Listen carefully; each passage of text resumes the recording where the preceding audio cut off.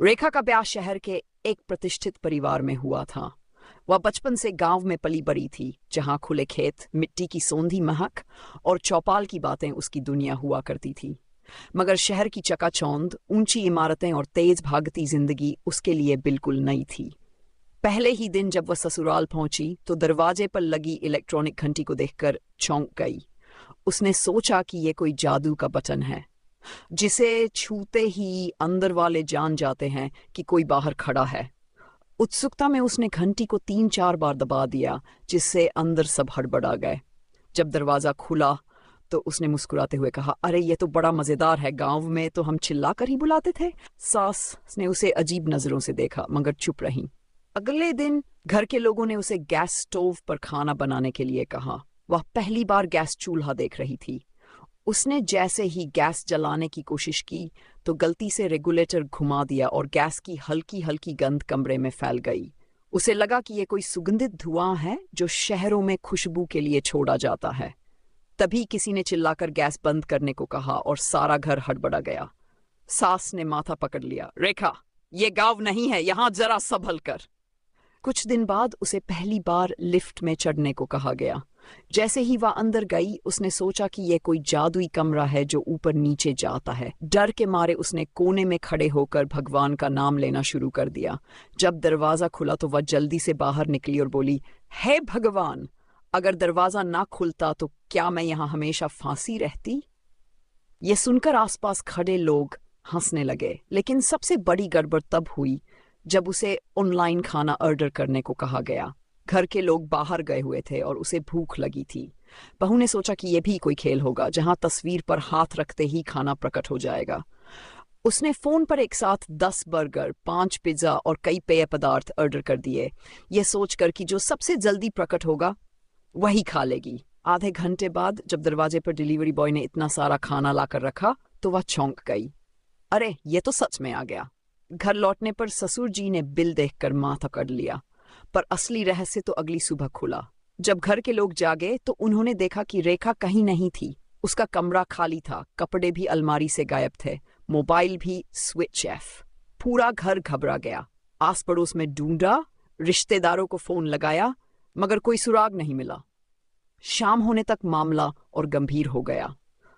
Police को बुलाने की तैयारी चल रही थी कि तभी दरवाजे की घंटी बजी। सब दौड़कर पहुंचे और दरवाजा खोला। रेखा सामने खड़ी थी, मगर उसकी आंखों में एक अजीब सा डर था। सबने एक साथ पूछा, तू कहाँ चली गई थी? उसने कांपती आवाज में कहा, मैं तो बस गांव जाने निकली थी। मगर क्या? सास ने घबराकर पूछा। रेखा ने धीरे से सिर उठाया। शहर के रास्ते वैसे नहीं होते जैसे गांव के होते हैं। सबका दिल तेजी से धड़कने लगा। मैं रास्ता भूल गई थी, उसने धीमे से कहा। फिर उसने एक ठंडी सांस ली और धीरे से बोली, मगर जो लोग मुझे मिले वे इंसान नहीं थे। घर के लोग सन्न रह गए। रेखा की घबराई हुई आंखें और कांपती आवाज ने माहौल और डरावना बना दिया था। सास ने पानी लाकर दिया, मगर रेखा के हाथ इतने कांप रहे थे कि गिलास गिरते गिरते बचा। ससुर जी ने गहरी आवाज में पूछा, बता, तू कहाँ चली गई थी और किन लोगों से मिली? रेखा ने हल्के से सिर उठाया। उसकी आवाज अब भी धीमी थी। मुझे लगा था कि गांव जाना उतना ही आसान होगा जितना टीवी में दिखाते हैं। मैंने एक ऑटो वाले से पूछा कि क्या वह मुझे गांव छोड़ देगा। उसने हाँ कह दिया। मैं खुशी खुशी बैठ गई, लेकिन जैसे जैसे ऑटो चला रास्ते अजीब होते गए। मैं सोचती रही कि शायद शहर के रास्ते ऐसे ही होते हैं, मगर फिर उसने एक लंबी सांस ली, फिर धीमे से बोली। ऑटो अचानक एक वीरान जगह पर रुक गया। चारों तरफ अंधेरा था। मुझे कुछ लोग दिखे, मगर उनका चेहरा साफ नहीं था। वे आपस में धीरे धीरे फुसफुसा रहे थे। ऑटो वाला चुपचाप उतर गया और बिना कुछ कहे उनकी तरफ बढ़ा। घर के सब लोग सांस रोके सुन रहे थे। मैंने उनसे पूछा कि गांव जाने का रास्ता कौन सा है, मगर किसी ने कोई जवाब नहीं दिया, बस मुझे घूरते रहे। तभी उनमें से एक ने आगे बढ़कर मेरा हाथ पकड़ लिया। उसकी उंगलियां बर्फ की तरह ठंडी थीं। मैंने हाथ झटका और दौड़ने लगी। सास ने घबराकर पूछा, फिर क्या हुआ?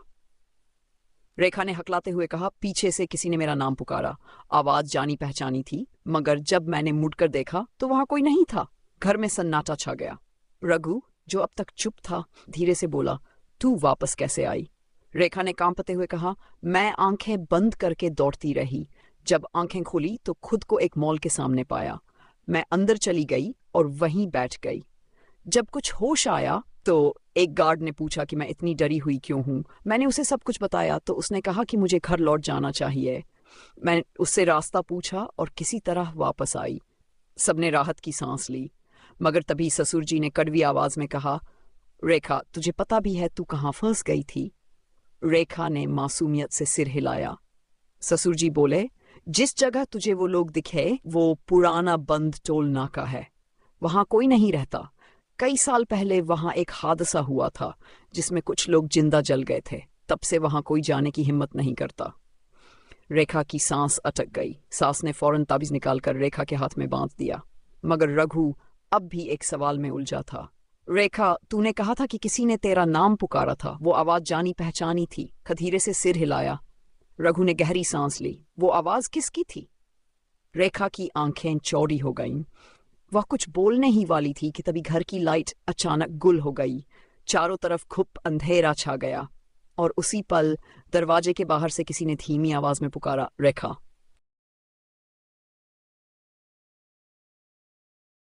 घर में घना अंधेरा छा गया। सास ने झट से माचिस जलाने की कोशिश की, मगर उसकी उंगलियां कांप रही थीं। रघु ने मोबाइल की टॉर्च ऑन की और धीरे धीरे दरवाजे की तरफ बढ़ा। सबकी धड़कनें तेज हो चुकी थीं। रेखा को लग रहा था कि उसके पैर जम गए हैं ना, वह चाहकर भी हिल नहीं पा रही थी। रघु ने दरवाजे के पास पहुंचकर गहरी सांस ली और धीरे से दरवाजा खोला। बाहर कोई नहीं था, बस ठंडी हवा का एक झोंका अंदर आया और घर के कोनों में अजीब सी सिहरन दौड़ गई। रेखा की हालत खराब थी। उसने हकलाते हुए कहा, मैंने सच में सुना था, किसी ने मेरा नाम लिया था। सास ने छत से भगवान की मूर्ति की ओर देखा और बुदबुदाने लगीं, ये सब तेरी वकूफियों का नतीजा है। शहर में रहना सीख, गांव की तरह जहां तहां मत घूम। अभी सब सोच ही रहे थे कि अचानक खिड़की के बाहर से फिर वही आवाज आई, रेखा। इस बार सबने साफ साफ सुना था। रघु ने टॉर्च की रोशनी खिड़की से बाहर डाली, लेकिन वहां कोई नहीं था, मगर मिट्टी पर किसी के पैरों के हल्के निशान दिख रहे थे। अजीब बात यह थी कि वे सिर्फ कुछ दूर तक ही थे, फिर अचानक गायब हो गए, जैसे कोई हवा में उड़ गया हो। रेखा ने डरते हुए कहा, क्या कोई मुझे लेने आया है? सास का चेहरा सफेद पड़ गया। ससुर जी गंभीर आवाज में बोले, बहुत हुआ, कल ही किसी पंडित को बुलवाओ, ये सब अच्छा नहीं लग रहा। रघु ने हामी भरी, मगर तभी रेखा ने एक और धमाका कर दिया, लेकिन पंडित जी को बुलाने से पहले एक बात बतानी होगी। सबकी नजरें उस पर टिक गई। उसने धीरे से कहा, वो जो ऑटो वाला था जिसे मैं गांव जाने कह रही थी, उसने जाने से पहले मुझसे एक सवाल पूछा था, आप यहां पहली बार आई है ना? रघु ने कहा, तो? रेखा की आवाज और धीमी हो गई। जब मैंने कहा हाँ तो उसने मुस्कुरा कर कहा था, लेकिन मैंने आपको पहले भी यहां देखा है, ठीक इसी जगह, इसी कपड़ों में, इसी समय। सन्नाटा छा गया। रघु की पकड़ टॉर्च पर कस गई। सास ने कांपते हुए भगवान का नाम लिया। ससुर जी की आंखें सिकुड़ गई। मतलब? रेखा ने फुसफुसाते हुए कहा, मतलब या तो वो झूठ बोल रहा था, या फिर मैं यहां पहले भी आ चुकी हूं, मगर मुझे याद ही नहीं। सास ने घबराकर रेखा का हाथ पकड़ लिया, जैसे कहीं वह फिर गायब न हो जाए। ससुर जी अब तक चुप थे, मगर उनके चेहरे पर चिंता साफ दिख रही थी। रघु ने गहरी सांस ली और कहा, तू क्या कह रही है? तुझे याद नहीं, मगर तू पहले भी वहां गई थी? रेखा ने सिर हिलाया। मुझे कुछ नहीं पता, बस इतना याद है कि जब मैंने ऑटो वाले को मना किया और उतरने लगी तो उसने फिर कहा, अगर आप यहां पहली बार आई हैं तो आपको रास्ता कैसे पता था? घर में सन्नाटा छा गया। सास ने भगवान का नाम लिया और बोली, अब ये लड़की और कुछ नहीं करेगी, हम पंडित को बुलाएंगे। रघु ने तुरंत अपने दोस्त को फोन मिलाया, जो इन चीजों में यकीन नहीं करता था, मगर जानता था कि ऐसे मामलों में क्या करना चाहिए। दोस्त ने एक बाबा का नाम दिया और कहा कि सुबह आते ही उनके पास जाना। रात किसी को नींद नहीं आई। रेखा बार बार मुड़कर देखती, उसे लगता कोई उसे देख रहा है। खिड़की के पर्दे रह रहकर हिलते, मानो कोई बाहर खड़ा हो, मगर बाहर कोई नहीं था। सुबह होते ही सब बाबा के पास पहुंचे। बाबा ने सब सुनकर कहा, बेटा, तुझे उस जगह दोबारा जाना होगा। जो अधूरा रह गया है उसे पूरा करना पड़ेगा, वरना यह सवाल हमेशा पीछा करेगा कि तू वहां पहले क्यों गई थी। रेखा के चेहरे का रंग उड़ गया। सास ने गुस्से से कहा, नहीं, ये लड़की पहले ही कितनी मुसीबतें मोल ले चुकी है। मगर बाबा ने सिर हिलाया। ये डर हमेशा के लिए मिटाने का यही तरीका है। आखिरकार तय हुआ कि रघु भी साथ जाएगा। सब तैयारी करके उस वीरान जगह पहुंचे। दोपहर का वक्त था मगर वहां अजीब सी ठंडक थी। रेखा ने चारों तरफ देखा, वही जगह, वही सड़क, वही सूखे पेड़। मगर अचानक उसे अजीब सा महसूस हुआ, जैसे कुछ याद आने लगा हो। उसने धीरे से कहा, मैं यहाँ पहले आई थी। रघु चौंक गया। कब? रहने आंखें बंद की। शायद पिछले जन्म में। और तभी पीछे से वही धीमी आवाज आई, रेखा। सभी के रोंगटे खड़े हो गए। रघु ने तुरंत पीछे देखा मगर वहां कोई नहीं था, सिर्फ रेखा की परछाई जो सूरज की रोशनी में भी दूसरी दिशा में थी। रेखा की परछाई उल्टी दिशा में देखकर रघु के चेहरे का रंग उड़ गया। सास ने तुरंत हाथ जोड़ लिए और बाबा मंत्र बुदबुदाने लगे। रेखा ठंडी हवा महसूस कर रही थी मगर उसके कानों में किसी की फुसफुसाहट गूंज रही थी। तू यहां फिर आ गई? उसका दिल तेजी से धड़कने लगा। उसने धीरे से कहा, कौन है? उसकी आवाज के साथ ही पेड़ों की टहनियां सरसराने लगीं। हवा तेज हो गई और तभी रेखा की नजर सामने पड़ी। एक पुराना टूटा हुआ झूला धीरे धीरे हिल रहा था जबकि हवा एकदम बंद हो चुकी थी। रघु ने हिम्मत करके आगे बढ़ने को कहा मगर रेखा जैसे जमीन से चिपक गई थी। उसके दिमाग में अजीब अजीब तस्वीरें घूमने लगीं।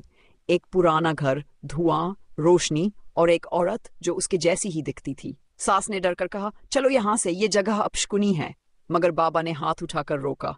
नहीं, अगर अब भागे तो ये अधूरा रह जाएगा। रेखा के हाथ पैर सुन्न हो चुके थे। उसे समझ नहीं आ रहा था कि वह खड़ी है या गिर चुकी है। उसे लगा जैसे कोई उसके कान में कुछ बोल रहा हो। तूने वादा किया था कि लौटेगी। रघु ने गुस्से से चारों तरफ देखा। कौन है? सामने आ। अचानक चूल्हा पूरी ताकत से झूलने लगा और जमीन पर किसी के नंगे पैरों के निशान उभर आए मगर वहां कोई नहीं था। बाबा ने धीरे से कहा, ये तुझसे कोई वादा ले चुका है रेखा, याद कर ये कौन है। रेखा की आंखें बड़ी हो गई। मुझे याद आ रहा है, मैं यहाँ किसी से मिलने आई थी मगर वो कौन था? रघु ने घबराकर उसका कंधा पकड़ा। मतलब तुझे सच में याद आ रहा है? रेखा की आंखों में आंसू आ गए। हाँ, मगर अधूरा। और तभी जमीन पर वो शब्द खुद गए जैसे किसी ने उंगलियों से लिखे हों, तेरा इंतजार किया था। सबके पैरों तले जमीन खिसक गई। सास ने वही बैठकर रोना शुरू कर दिया। बाबा ने कहा, अब अगर इसे अधूरा छोड़कर गई तो ये पीछा कभी नहीं छोड़ेगा। रेखा की सांस अटक गई। मगर मुझे कुछ याद ही नहीं। और तभी पास रखे पत्थर पर किसी ने धीरे से थपथपाया। याद कर, मैं कौन हूं। सबके चेहरे सफेद पड़ गए। रेखा कांपते हुए पत्थर की ओर बढ़ी। उसका दिल कह रहा था जो भी है वो उसका इंतजार कर रहा है, मगर कौन?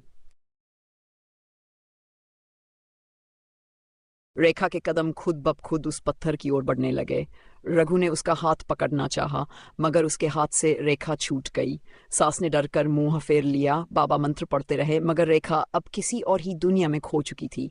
उसने पत्थर को छुआ और अचानक सब कुछ बदल गया। हवा रुक गई, पेड़ ठहर गए, चारों ओर अजीब सी शांति छा गई। ऐसा लग रहा था जैसे पूरा समय थम गया हो। रेखा की आंखों के सामने धुंध छाने लगी। कुछ धुंधली परछाइयां नजर आईं। कोई उसे पुकार रहा था, एक जानी पहचानी आवाज, तूने मुझे भुला दिया। रेखा की आंखें चौड़ी हो गई। बुदबुदाई, कौन हो तुम? और तभी सामने एक परछाई उभरने लगी। धीरे धीरे उसकी शक्ल साफ होने लगी मगर जैसे ही रेखा ने पहचानने की कोशिश की, एक झटके में सब गायब हो गया। अचानक चारों ओर अंधेरा छा गया। बाबा चिल्लाए, रेखा पीछे हट! मगर अब बहुत देर हो चुकी थी। रेखा ने जोर से चीख मारी जैसे उसे कुछ याद आ गया हो। वह जमीन पर गिर पड़ी। रघु और सास भागकर उसके पास पहुंचे। सास ने रोते हुए उसे हिलाया। बेटी, क्या हुआ? रेखा हाँफ रही थी। उसके चेहरे पर डर और हैरानी का अजीब सा मिश्रण था। मैं जान गई, रघु ने घबराकर पूछा। क्या? रेखा की आंखें अब भी पत्थर पर टिकी थीं। वो मैं थी। बाबा के चेहरे पर गंभीरता आ गई। क्या मतलब? रेखा कांपती आवाज में बोली, इस जगह मैं पहले भी आई थी लेकिन इस जन्म में नहीं। सबके रोंगटे खड़े हो गए। सास ने भगवान का नाम लिया। तू कहना क्या चाह रही है? रघु की आवाज लड़खड़ा रही थी। रेखा ने गहरी सांस ली और पत्थर की तरफ इशारा किया। यहाँ कोई और नहीं था, ये मैं ही थी। मेरा ही इंतजार हो रहा था क्योंकि पिछले जन्म में मैं यहीं। और इससे पहले कि वह अपनी बात पूरी कर पाती, अचानक जमीन हिलने लगी। किसी ने जोर से हंसने की आवाज निकाली। तो तुझे याद आ ही गया।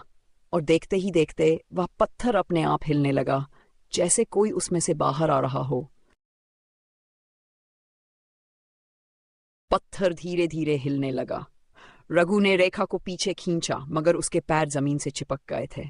सास ने रोते हुए बाबा से कुछ करने के लिए कहा, मगर बाबा के चेहरे पर चिंता की लकीरें और गहरी हो गई थीं।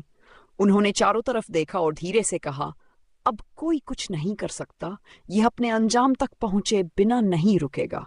रेखा का सिर चकराने लगा। पत्थर के हिलने की आवाज अब और तेज हो गई थी, जैसे जमीन के नीचे से कोई बाहर आने की कोशिश कर रहा हो। हवा अचानक से ठंडी हो गई और तभी एक झटका लगा। पत्थर एक तरफ लुढ़क गया।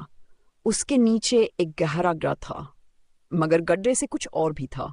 एक सफेद साया जो धीरे धीरे आकार लेने लगा। रेखा की सांसें अटक गई। उसके सामने अब कोई और नहीं बल्कि वही परछाई थी जो हर बार उसे पुकारती थी, मगर अब उसकी शक्ल धीरे धीरे साफ हो रही थी। रघु ने टॉर्च उठाकर उसे रोशनी डाली और तभी रेखा के मुंह से एक तेज चीख निकल गई। सामने जो खड़ा था वो कोई और नहीं बल्कि रेखा खुद थी। ठीक वही चेहरा, वही कपड़े, वही आंखें। सास जमीन पर गिर पड़ी। बाबा मंत्र पढ़ने लगे। रघु का मुंह सूख गया। रेखा का शरीर कांपने लगा। ये क्या हो रहा है? सामने खड़ी दूसरी रेखा मुस्कुराई। अब तुझे सब याद आ जाएगा। और फिर उसने धीरे से अपना हाथ आगे बढ़ाया। रेखा के पैरों के नीचे से जमीन खिसकने लगी। वो गिरने ही वाली थी कि अचानक सभी आवाजें बंद हो गईं। चारों तरफ अंधेरा छा गया और जब रेखा की आंखें खुलीं तो वह अपने बिस्तर पर थी। घर के सारे लोग उसे घेर कर खड़े थे। सास रो रही थी। रघु के चेहरे पर परेशानी थी। बाबा सिर झुकाए बैठे थे। रेखा ने हड़बड़ाकर उठने की कोशिश की, मगर उसका सिर भारी हो गया था। मैं कहाँ हूं? सास ने कांपती आवाज में कहा। तू पिछले 2 दिन से बेहोश थी। उस दिन जब हम वहां गए थे तू अचानक गिर पड़ी। डॉक्टर ने कहा कि तुझे बहुत बड़ा सदमा लगा है। रेखा के दिमाग में सब कुछ घूमने लगा। पत्थर, परछाई, दूसरी रेखा, तो वो सब सपना था। रघु ने उसकी तरफ देखा, फिर बाबा की ओर। बाबा ने गहरी सांस ली। शायद हाँ या शायद नहीं। कुछ सवालों के जवाब हमें कभी नहीं मिलते। रेखा का सिर अब भी घूम रहा था। उसने खुद को छुआ। वह सच में वहीं थी। मगर तभी दरवाजे के पास खड़ी आईने की तरफ उसकी नजर पड़ी और उसने देखा खड़ी परछाई मुस्कुरा रही थी, मगर वो रेखा नहीं थी। रेखा ने घबराकर आईने की तरफ देखा। उसकी धड़कनें तेज हो गई। आईने में जो परछाई थी वो हिल रही थी, मगर रेखा खुद अपनी जगह स्थिर थी। उसका पूरा शरीर सुन्न हो गया। सास ने उसे पुकारा, मगर वो जैसे किसी और ही दुनिया में खो गई थी। रघु ने उसका कंधा हिलाया। रेखा, क्या हुआ? रेखा कांपते हुए आईने की ओर इशारा करने लगी, मगर जैसे ही सबकी नजर वहां पड़ी, आईना बिल्कुल सामान्य था। सास ने सिर पर हाथ रख लिया। हे भगवान, ये लड़की तो सच में पागल हो जाएगी। बाबा ने धीरे से कहा, नहीं, ये अभी खत्म नहीं हुआ।